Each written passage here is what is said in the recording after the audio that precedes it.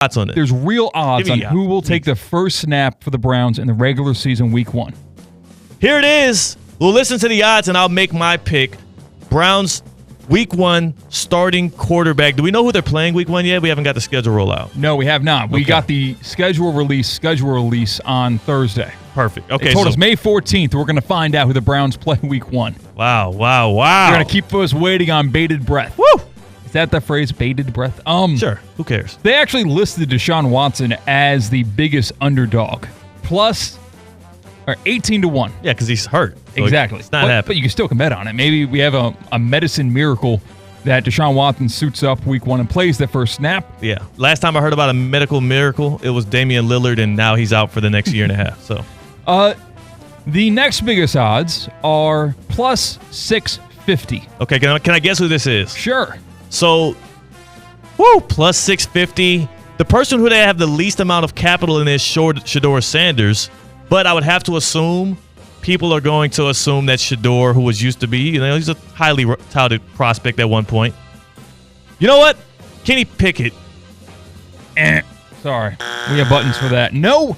At plus 650 to take the first snap for the Browns this regular season is Dillon Gabriel. Yeah, that makes sense. I should have thought about that, but they spent the 3rd rounder on him and a 5th rounder on Shedeur. There should be some kind of precedence there. When you break down the money and how you equate that to draft picks, yeah, he is the next heaviest investment. So now we go to plus 300. Okay. 3rd in most likely to take the first snap for the Browns in the regular season week 1. Kenny Pickett. Joe Flacco. What? Joe Flacco, 3-1 odds. 3rd shortest odds? 3rd shortest odds to take the first snap for the Browns. I'm taking Flacco, by the way. I would jump on that. But okay, so who's second? Who's second?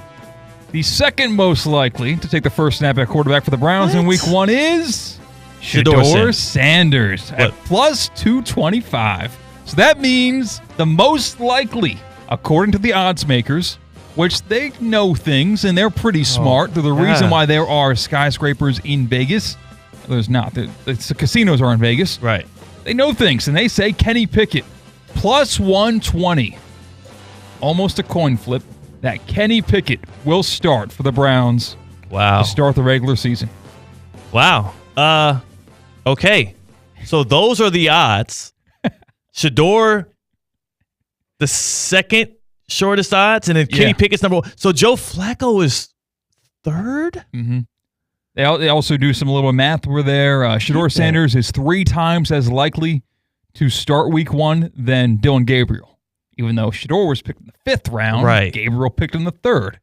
So the question is, if you're the Browns, this is going to be an open quarterback battle, I assume. The other side of this is, though Deshaun Watson you get to put on IR, you're not carrying 4 quarterbacks on your active roster. And I do believe the one guy who is shielded, protected from being cut, traded, or dismissed, or put on the practice squad has got to be Joe Flacco.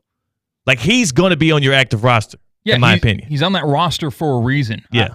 Because he's mature enough to, whatever role they give him, whether it's backup or starter, there's a reason he's still in the NFL. He can do that. So Flacco is going to be on the active roster week 1. We know that much.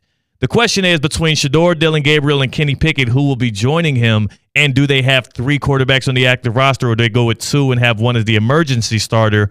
I would assume if you're the Browns and you're trying to avoid headlines, you also would prefer to have Shedeur on the active roster? You know? Oh, does him on the active roster create or negate headlines? Oh, my God. If you just remove him from the equation, that one drop that Shedeur Sanders not going to be suiting up for the Browns this week, next week, the week after that, that's just one thing. But maybe if Shedeur Sanders is on the sideline and maybe doesn't necessarily learn the lesson that was taught the past 4 days, and he does create headlines as the 3rd quarterback on your roster, which is worse? This is exact circus teams we're trying to avoid, especially teams that have uncertainty at the quarterback position, because there's no real gain to this unless you believe Shedeur Sanders to be the guy that's actually going to win this job out and be the franchise quarterback. You can't draft him as a backup. You have to draft him with thoughts of him being the starter, because the noise that comes with him riding the pine or being inactive is not just going to come from the fans who love them some Shedeur Sanders, love them some Colorado. It's also going to come from the guy, Deion Sanders, his pops, who literally, when Shedeur was his quarterback and he was the coach of his full football team, was pointing blame and criticizing other guys on that team that he had to continue to coach instead of his own son. You don't think that removed from the locker room, he's not going to be taking shots at you from across the country? Of course he will. Yeah. Deion Sanders and the Sanders estate had almost complete and total control of the Colorado football program. Yes. And now Jersey retired. You put him into the most unstable franchise, the most unstable conditions. You think you're not going to hear barking from the Sanders estate because they have zero control. There's no fault of their own. Yeah. It can't be Sanders' fault that Cleveland sucks. And Cleveland's probably going to suck. You know what's funny, though? This is the perfect situation for Shedeur Sanders. This is actually, ideal for him. I'm listening. And it's because, well, number one, it's not that I have much faith that he's going to end up being this playoff winning quarterback, this franchise changing and altering and leading guy that's going to define a generation of fans under one roof. I don't think he's that guy necessarily. We'll have to see. It's going to take the right situation. But as a 5th-round pick, as somebody who now can buy in on being team first and prove to us that he can thrive in an environment that is outside of having both Travis Hunter and his pops as the head coach, I think the Browns is a good scenario because if he does eventually win out and get to start some games in a Browns uniform, if he fails, we get to all look around and say, well, damn it, it's the Cleveland Browns. It's a quarterback graveyard. Quarterbacks go there to fail. This was not on Shedeur. This was on the organization. This was on Kevin Stefanski, potentially. This was on the building of a roster that does not have a primetime target outside of Jerry Jeudy. It's not like he's set up with all of these tools and weapons around him where he should be good from the get-go. If he started week 1, C-Cat, we would expect him to struggle some. Yes. The expectations are low. The bar to clear when it comes to you're a competent player, you are worth the pick, is very low. If a team spent a first-round draft pick on Shedeur, the pressure is high.